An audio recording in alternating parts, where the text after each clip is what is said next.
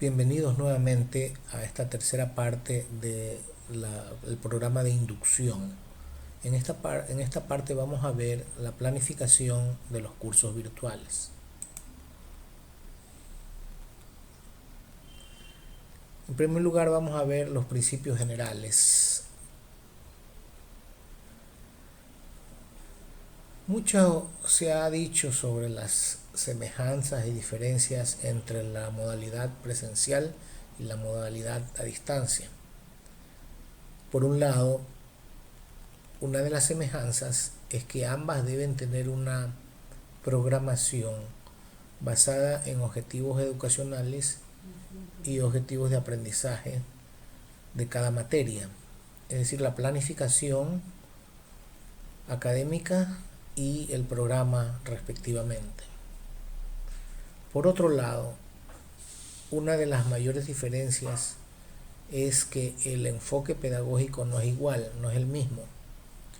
Las metodologías y procedimientos de las actividades de aprendizaje no son iguales.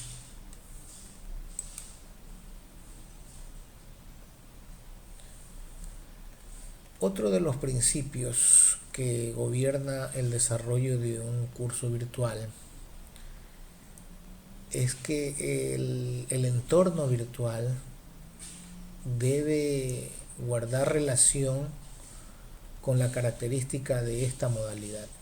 Es decir, que hay que resaltar que en la no presencialidad la interacción debe ser más activa. Hablamos de interacción alumno-alumno, alumno-docente, alumno-contenido y alumno-actividad. Por otro lado, el trabajo autónomo debe ser más relevante y debe tener un mayor enfoque en lo motivacional en vez de que logremos utilizar mayor cantidad de tareas. Hay que aprovechar las capacidades de aprendizaje visual, creativo, constructivo, de aplicación contextual y relevante.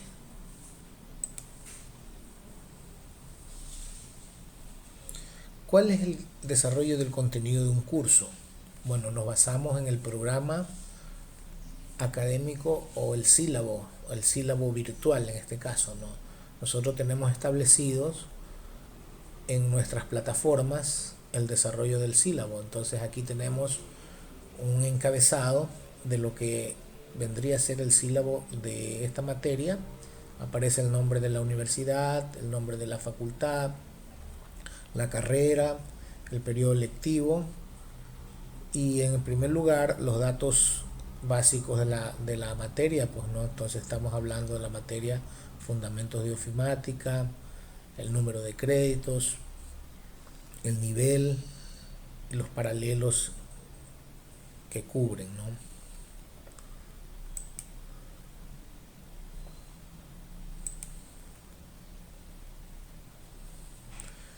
Luego, en la parte del desarrollo, al inicio, se deben establecer los objetivos,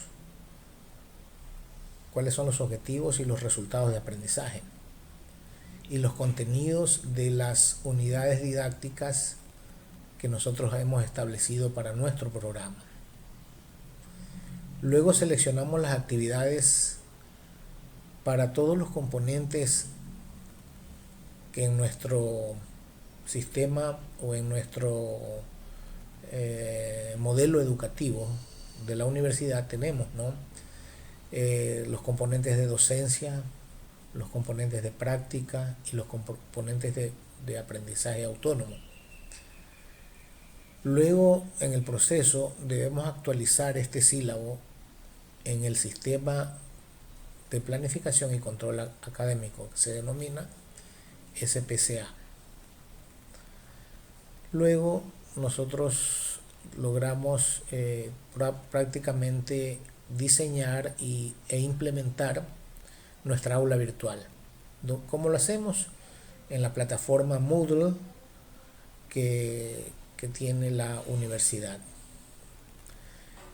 Hay que considerar también en esta parte que la actualización del sílabo también conlleva a la actualización de los planes de clase. Entonces los planes de clase vendrían a ser como la planificación diaria o la planificación semanal, depende del periodo de clases que tengamos, un día a la semana, número de horas a la semana. Entonces por cada clase nosotros tenemos que elaborar un plan de clase, ¿no? Estos planes de clase nosotros lo actualizamos en el sistema de la universidad. Entonces no es que tengamos que hacer aparte en cualquier plataforma, sino simplemente en la misma plataforma de la universidad.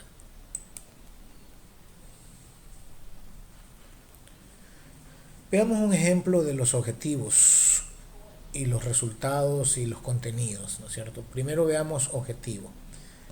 Tal cual aparece en el sílabo o en el programa. Dice, por ejemplo, un objetivo: al finalizar el curso, el alumno será capaz de seleccionar la herramienta tecnológica más apropiada para comprender y expresar ideas y pensamientos para la construcción de nuevos conocimientos en contextos educativos formales e informales. Y aquí hablamos de los niveles de conocimiento, comprensión y aplicación, los niveles de aprendizaje según la taxonomía de Bloom. ¿Ya? Estos objetivos de aprendizaje o objetivos de las unidades didácticas tienen que ver tienen que ser específicos, tienen que ser sobre todo relevantes, tienen que ser vinculantes con el tiempo, tienen que ser el qué, cómo, cuándo, y al responder a esas preguntas, ¿no? Veamos algunos ejemplos de objetivos y resultados de aprendizajes. Resultados de aprendizaje: describir los principales sistemas operativos computacionales usados tanto para dispositivos de escritorio como para dispositivos móviles. Conocer los distintos lenguajes de computación y los componentes electrónicos de manera general. Forma de evidenciarlo: creación de infografías, mapas conceptuales sobre el uso de las tecnologías y los sistemas en entornos de aprendizaje, resolución de cuestionarios y exámenes virtuales, participación en los foros virtuales y realizar comentarios e interacción. Es parte de los resultados, ¿no? Ahora, por ejemplo, dentro del sílabo programa podemos apreciar también la programación, el contenido de la unidad didáctica, ¿no? Por ejemplo, en esta unidad 1, introducción a las tecnologías y los sistemas computacionales, entonces tenemos el número de horas, horas de docencia, horas de trabajo autónomo. En este caso práctica no tenemos. Ya, entonces las fechas también, ¿ve? Indicada aquí, por ejemplo, inicia aquí el 1 de junio, termina el 15 de junio. Es decir, que en 15 días se deben cubrir estos temas aquí. Una introducción a la informática, que han desarrollado todos los temas. Hablamos de software propietario, software libre. Tenemos sistemas operativos y tenemos computación en la nube, internet y software como servicio. Ese es el contenido de la unidad didáctica. Luego tenemos que desarrollar las actividades para cada uno de ellos. Aquí, por ejemplo, tenemos ya dentro del sílabo, por ejemplo, las actividades. Es otro ejemplo, ¿no?, de otra unidad. Aquí podemos apreciar, por ejemplo, en las componentes de docencia, qué actividades vamos a realizar. Videoconferencias asincrónicas, bueno, son las clases grabadas que van a observar los alumnos. ¿Cuál es la estrategia a utilizar para cada tema o para cada subtema de la unidad? Se hará una presentación ya sea con video, PowerPoint o cualquier otra herramienta de la web. Luego tendremos resolución de ejercicios. resolución de un ejercicio por cada subtema usando la aplicación de la unidad. En este caso, si son programas utilitarios, podemos realizar ejercicios por cada programa, ¿no? ¿Ya? Y los test o evaluaciones, un cuestionario por parte de los alumnos que puede ser elaborado en formularios de Google, ¿no? Aquí también tenemos un ejemplo de una actividad de las prácticas de experimentación de aprendizaje, ¿no? Por ejemplo, dice la actividad es trabajo de observación dirigido. Como estrategia podemos elaborar un informe o van a elaborar un informe relativo a la observación y tutoría escolar en el hogar evaluado al final del curso como proyecto de fin de curso. Por ejemplo, esta es una parte del componente de experimentación. Y en el trabajo autónomo, toma de apuntes con una estrategia que puede ser el desarrollo de un blog personal o un libro personal o una bitácora o un álbum, ¿no?, personal, como un portafolio estudiantil, ¿no?, desarrollado en cualquiera de las aplicaciones de herramientas de web que tenemos, ¿no? Resolución de ejercicios también, una tarea virtual desarrollada dentro de la plataforma, ¿no? Y cuestionarios como el desarrollo de un cuestionario en línea que puede ser elaborado dentro de la misma plataforma.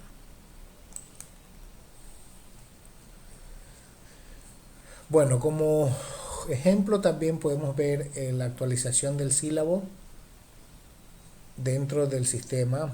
No sé, este es el sistema que nos aparece a nosotros los docentes.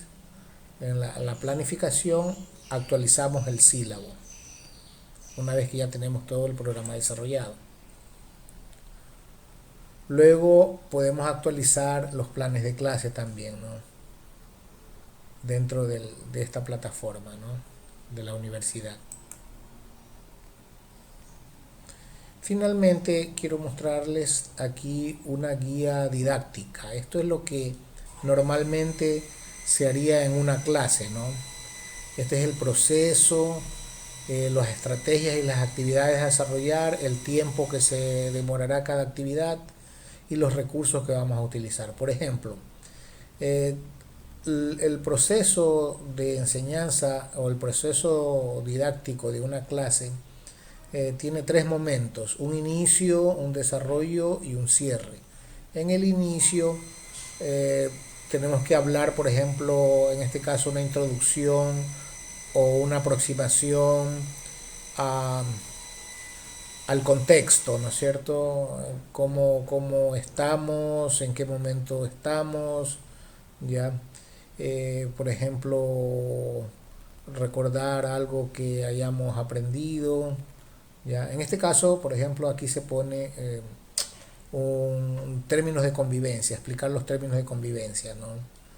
Está explicado aquí que debemos llevar solamente temas académicos en este recurso. No, evitemos hacer bullying, que participemos todos, y como motivación podemos darle un video motivacional o una infografía y comentarlo. Eso en 10 minutos pueden hacer la actividad los alumnos, ¿no? Luego, en la parte del desarrollo del contenido de la clase, se presentan los temas de acuerdo al programa o al plan de clase que tenemos. Podemos hacer recortes con imágenes, podemos también realizar una lectura corta, y el estudiante va a elaborar un organizador gráfico que puede ser un mapa mental, un mapa conceptual, y luego responder preguntas sobre lo que ha realizado, ¿no? Eso tiene una duración de 30 minutos, ¿no? Y finalmente el cierre, los estudiantes presentarán evidencias del trabajo. Puede ser, por ejemplo, haciendo capturas de pantalla de lo que han estado realizando y publicándolas en la plataforma y también en los portafolios que van a llevar.